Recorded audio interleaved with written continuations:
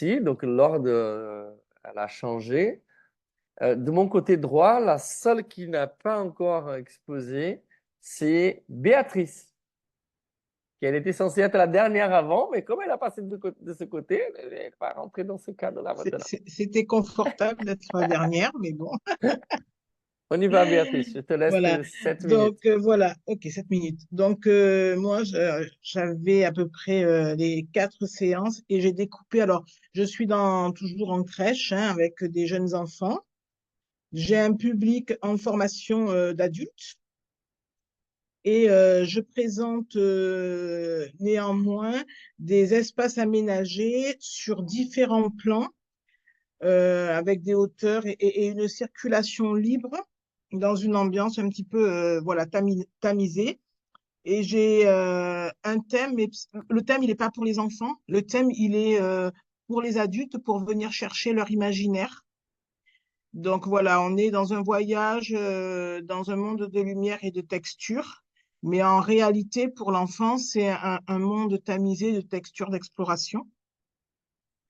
Voilà, donc je leur donne la possibilité d'être 7 minutes sur cet espace-là entre deux temps de formation, avec la possibilité pour eux après de débriefer et de travailler sur un prolongement de l'activité, de l'action, parce que pour moi, c'est pas des activités, c'est des actions. Ensuite, l'objectif, c'est apaiser les enfants par la lumière et le toucher en favorisant l'exploration libre, le déplacement du corps, puisqu'on est dans la pénombre, donc il y a le jeu de la proprioception qui est convoqué. Et cet espace, il va se passer, ce temps, il va se passer juste avant les activités de l'enfant au moment où on a cette espèce de débordement souvent qui arrive et qui vient apaiser les enfants, voilà, pour qu'ils puissent entrer dans leur activité de façon apaisée. Donc, la place de l'adulte, c'est de s'installer au sol en position phare. L'adulte est là pour relancer l'activité quand l'enfant déambule ou ne comprend pas bien ce que chaque enfant manipule et veut s'emparer de l'objet de l'autre, ce qui est tout à fait normal à cet âge-là. Mais c'est à l'adulte de gérer un petit peu. Et l'adulte va exercer sa parole, en tout cas au niveau du débit, maîtriser sa voix, la tonalité basse pour ne pas envahir l'attention de l'enfant et dire son ressenti à la fin de l'exercice, de la manipulation, dire son ressenti et ce que ça vient chercher chez l'enfant dans sa démarche d'observation, mais du côté du renforcement. Ensuite, donc les apprenants, il y aura des apprenants donc, qui vont jouer le rôle des enfants pour qu'on soit entre la réalité et l'apprentissage. Et ils auront pour consigne de manipuler brusquement avec des jets, des manipulations peu appropriées, pour voir comment on peut intervenir pour garder la consigne. Voilà, je vais vite. L'aménagement de l'espace sera déjà mis en place à l'arrivée de l'enfant. Et cet espace vient encadrer cette activité autonome avec une zone au sol, avec des tapis, des coussins, des objets lumineux mais qui ne viennent pas impacter la vision, puisqu'on sait ce que ça procure chez l'enfant. Un plan intermédiaire avec une table basse pour les enfants qui, au sol, je pense aux enfants souvent porteurs de handicap, quelquefois autistes, qui ont du mal à faire cette ascension sol verticalité. Et puis des plans hauteur avec des petits escaliers où en fait justement le mouvement de l'enfant est convoqué avec la manipulation de guirlandes, de plusieurs choses, voilà.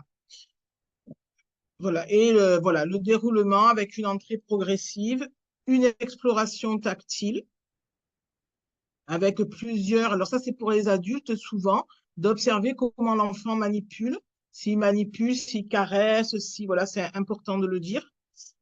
Et voilà, des temps de transition et un retour au calme avec des coussins, voilà, des observations des lumières tamisées, etc. Des projections aussi au plafond qui permet d'avoir voilà, de pouvoir s'allonger et comment ça s'appelle, respecter un retour au calme. Voilà, en gros. Et après, voilà, les 4 séances diviseront tous les sens à convoquer. Voilà, j'ai fini. J'ai respecté le temps. C'est parfait. Est-ce que quelqu'un a des questions pour Béatrice?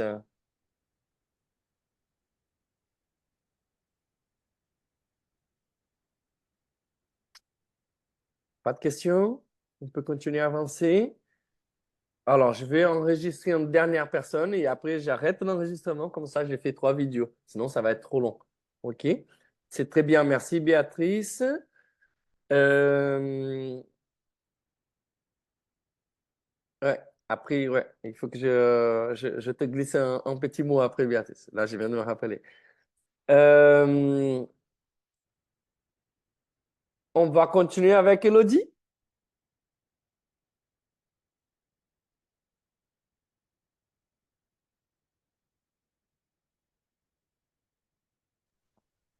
Non, Alors, moi, du coup, je suis partie. attends un tout petit peu, Elodie. Attends un petit peu. Je vais couper l'enregistrement maintenant.